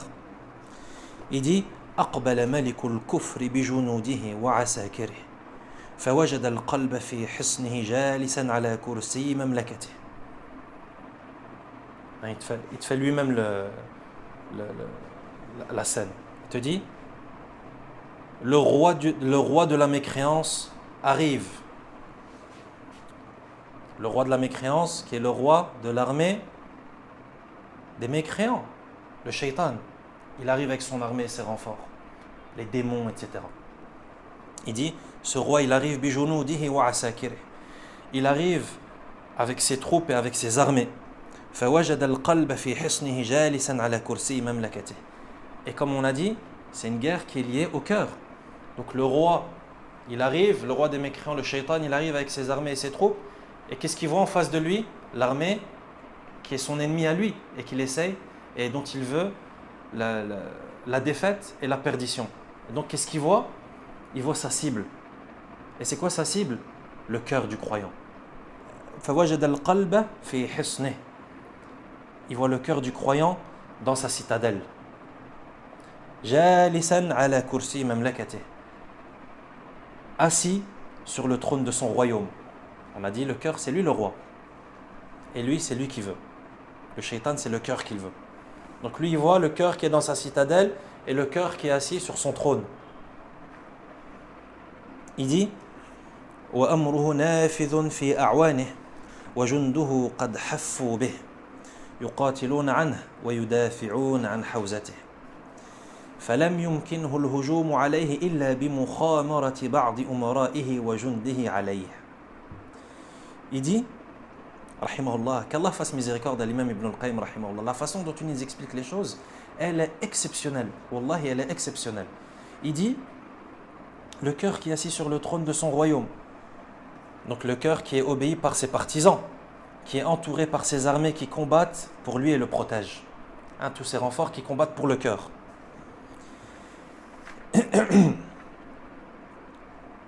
Obéi par ses partisans, entouré par ses armées qui combattent pour lui et le protègent.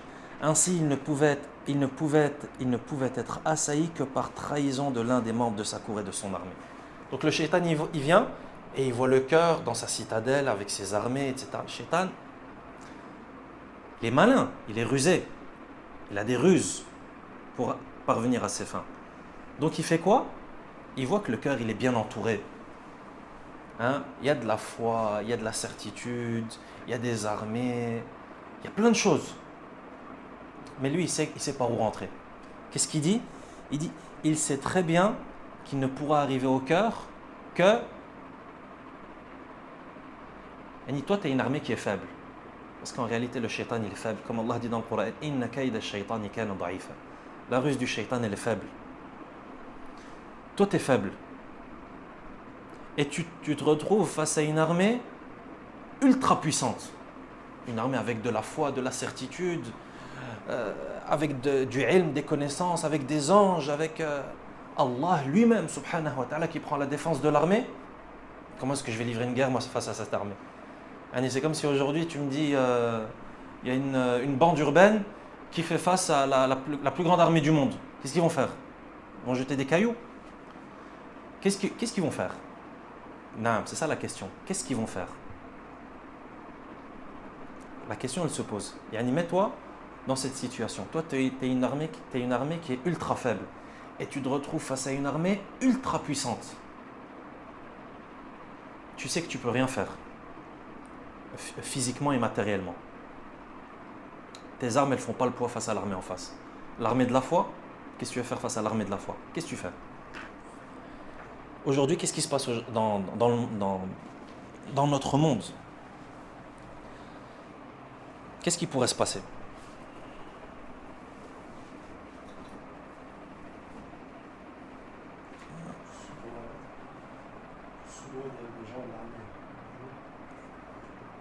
Exactement, c'est ce qu'il dit ici. Toi, tu es ultra faible et tu es face à quelqu'un d'ultra puissant. Tu sais que tu ne vaux rien et que tu n'as aucune chance.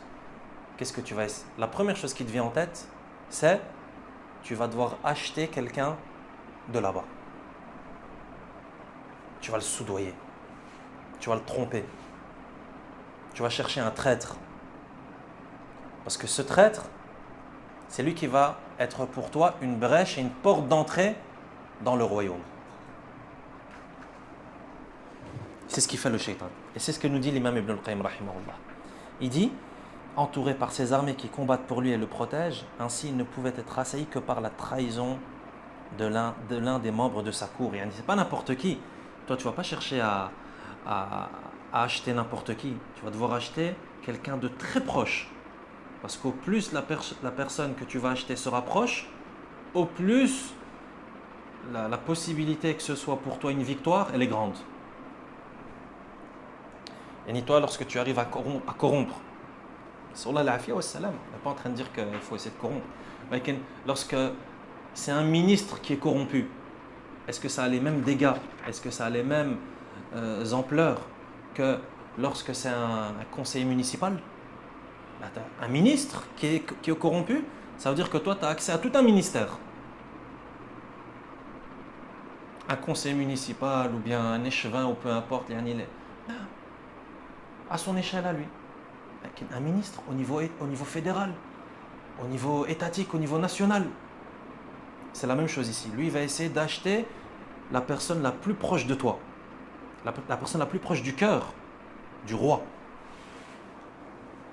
Pourquoi? Parce qu'au plus il se rapproche, au plus le danger se rapproche du roi aussi.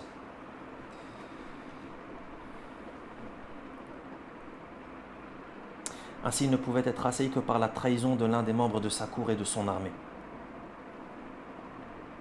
Il dit فسأل عن أخص الجند به وأقربهم منه منزلة فقيل له هي النفس فقال لأعوانه ادخلوا عليها من مرادها وانظروا مواقع محبتها وما هو محبوبها فعدوها به ومنوها إياه وانقشوا صورة المحبوب فيها في يقظتها ومنامها فإذا اطمأنت إليه وسكنت عنده فاطرحوا عليها كلاليب الشهوة وخطاطيفها ثم جروها بها إليكم.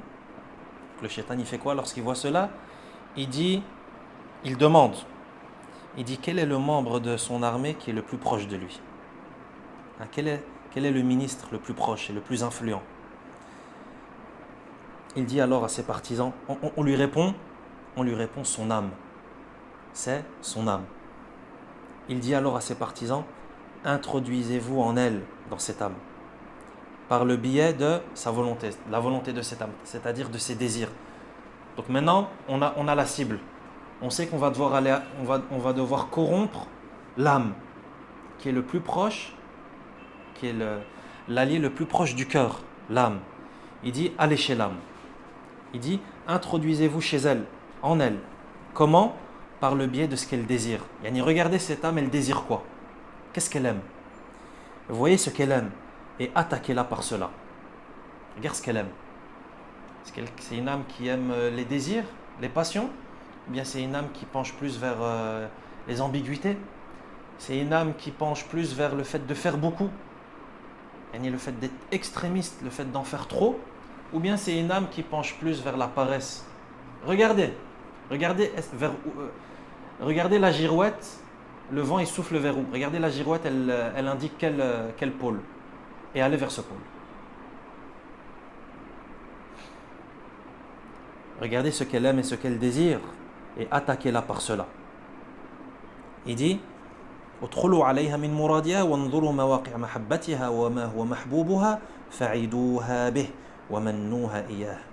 Et faites-lui des promesses. Lorsque vous avez détecté chez cette âme ce qu'elle aime et ce qu'elle désire, faites-lui des promesses. Comme Allah nous dit dans le Coran, يَعِدُهُمْ وَيُمَنِّيهِمْ. Faites-lui des promesses et donnez-lui de faux espoirs. Comme Allah nous dit dans le Coran, c'est la façon d'agir du shaitan. Comme ça, tu sais que l'imam Ibn al-Qayyim, rahimahullah, il se base sur des choses lorsqu'il dit cela. Allah il dit dans le Coran comme ça, يَعِدُهُمْ وَيُمَنِّيهِمْ, lorsqu'il parle du shaitan. Il leur fait des promesses et il leur donne de faux espoirs. Oh mais t'inquiète, et après tu vas faire ça. Fais ça, trahis ton roi, mais t'inquiète, après tu vas faire un hajj. Après tu vas faire une umrah. Après, masha'Allah, tu vas être un bon musulman, etc. Donne de faux espoirs. Il dit فَعِدُوهَا بِهِ وَمَنُّوهَا إِيَّهِ. Faites-lui des promesses et donnez-lui à cette âme de faux espoirs. Il dit et gravez l'apparence de ce qu'elle aime en son éveil et son sommeil. C'est-à-dire rappeler à cette âme constamment ce qu'elle aime. Tel point qu'il a dit unqushu, c'est-à-dire gravez cela en elle. Lorsque vous avez détecté le point faible de cette âme, ce qu'elle désire, et que vous lui avez fait des promesses et donné de faux espoirs, vous allez devoir graver ça en elle, pour que cette âme ne pense qu'à cela. Graver l'apparence de ce qu'elle aime en son éveil et en son sommeil. Il dit, et lorsqu'elle se sera tranquillisée, lorsqu'elle se sera apaisée auprès de lui, lancez vers elle les crochets et les harpons des désirs. Ensuite, tirez-la vers vous. En gros, lorsque vous allez remarquer que c'est bon, c'est comme lorsque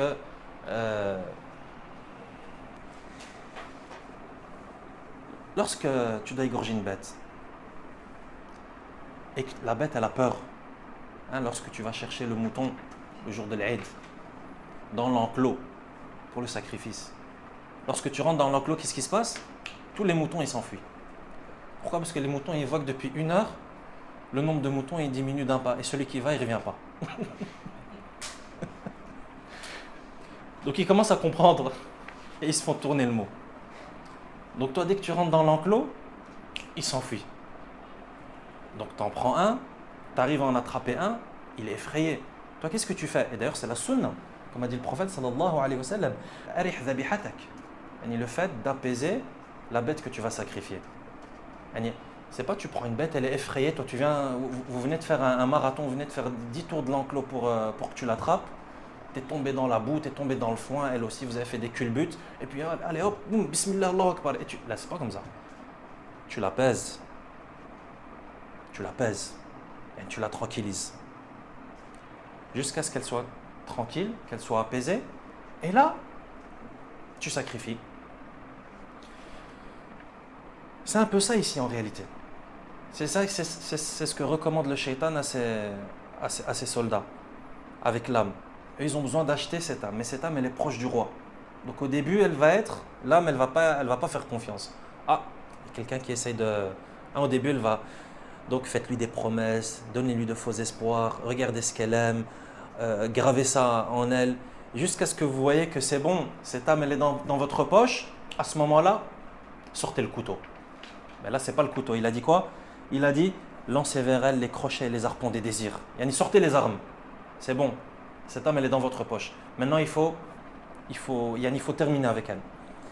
Il dit, lancez vers elle les crochets et les harpons des désirs. Ensuite, tirez-la à vous.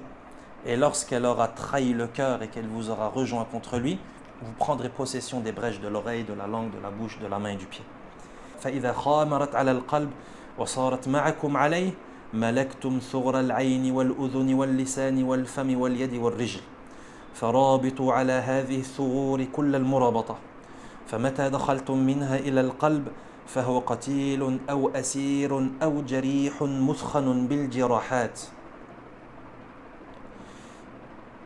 ولا تخلوا هذه الثغور ولا تمكنوا سرية تدخل منها إلى القلب فتخرجكم منها وإن غلبتم فاجتهدوا في إضعاف السرية ووهنها حتى لا تصل إلى القلب وإن وصلت إليه وصلت ضعيفة لا تغني عنه شيئا. Il dit rahimahullah, lorsque vous aurez pris contrôle de cette âme, c'est-à-dire lancez vers elle les crochets et les harpons des désirs, ensuite tirez-la vers vous, et lorsqu'elle aura trahi le cœur, c'est-à-dire ce que vous voulez, nous ce qu'on veut c'est que cette âme elle trahit le roi, le cœur. Lorsqu'elle aura trahi le cœur et qu'elle vous aura rejoint contre lui, ça veut dire que cette âme, vous l'aurez achetée, maintenant cette âme ça devient un de nos pions à nous. Il dit, à ce moment-là vous prendrez possession des brèches, des autres brèches. Pourquoi? Parce que, comme on vient de le dire, toi tu as pris possession de l'âme, tu as pris possession du ministère. Donc tout ce qui fait partie du ministère, tu l'as également acheté.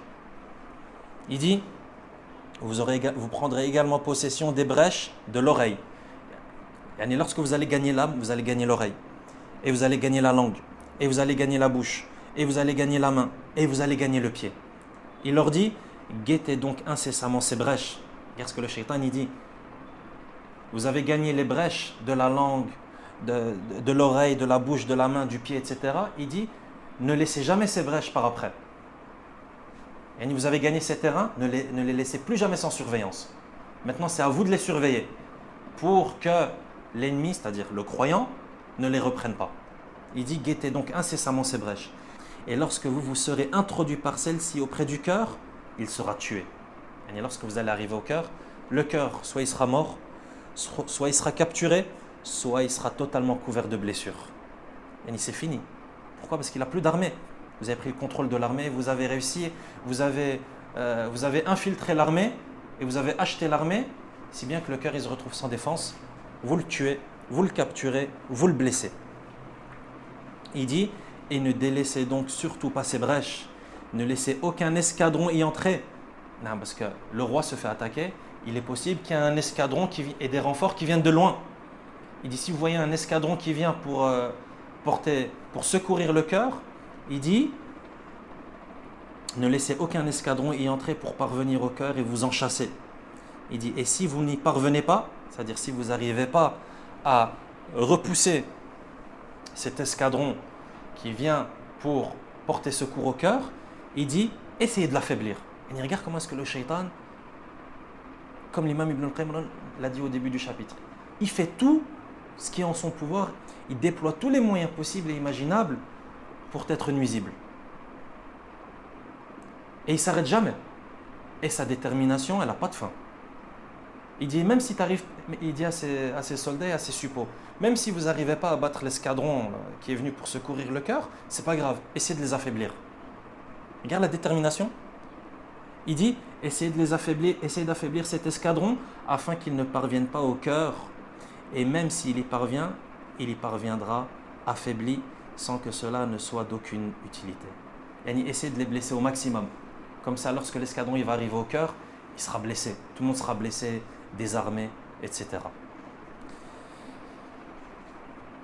Farahimahullah, qu'Allah subhanahu wa ta'ala fasse miséricorde à l'imam Ibn al-Qayyim rahimahullah. Il lui accorde les plus hauts degrés du paradis.